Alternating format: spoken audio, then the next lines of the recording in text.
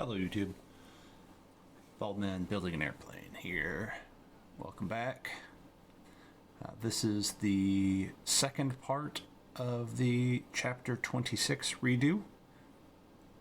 In this episode we will be creating the seat rib structures that will be attaching to the rear main fuselage bulkhead. Think about that one for a minute. Yeah, so this is just, again, a rehash of what was done before. These are the seat ribs, and I'm currently putting in the crotch strap attachments, or attachment points, for a 5-point harness, which I do believe I will be installing. Yes, I will. So, just in case I want to go upside down.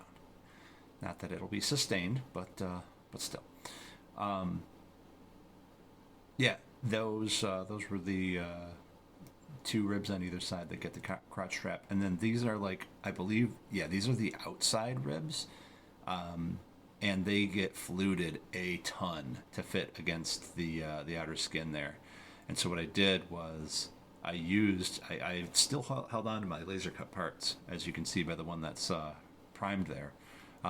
I used those parts as guidance as to how much I wanted to flute those so that they would attach easier. It worked out really well. Again, I did the same thing in my wing laser cut part remediation. You know, the wing ribs needed to be fluted, so I used the existing ribs as a guide on how much they needed to be fluted. It's easier than, to moving them around, back and forth. All right, so here we go. This is, again, redo, but it's also new stuff, and it's looking good because we're putting all these fresh seat ribs onto the bulkhead. And, oh man, I give a very poor camera angle on this. I mean, the cool thing is you can see the bus, but that's not part of this video, right? That's just something else. Yeah, we inherited this 65 microbus. It's pretty fun. Drive it around and everybody's rubbernecking at you. But, whatever. Yeah, so these ribs are attaching to the bulkhead. Yeah, I was like, I don't have a spot I can really put this over the edge of the table, so yeah, let me just put it on this rather strong chair, and then I can, rib it from the top and buck from the bottom. Sometimes I don't like riveting sideways. I'd rather have the gun vertical. It may be weird, it's just personal preference, I guess, at this point.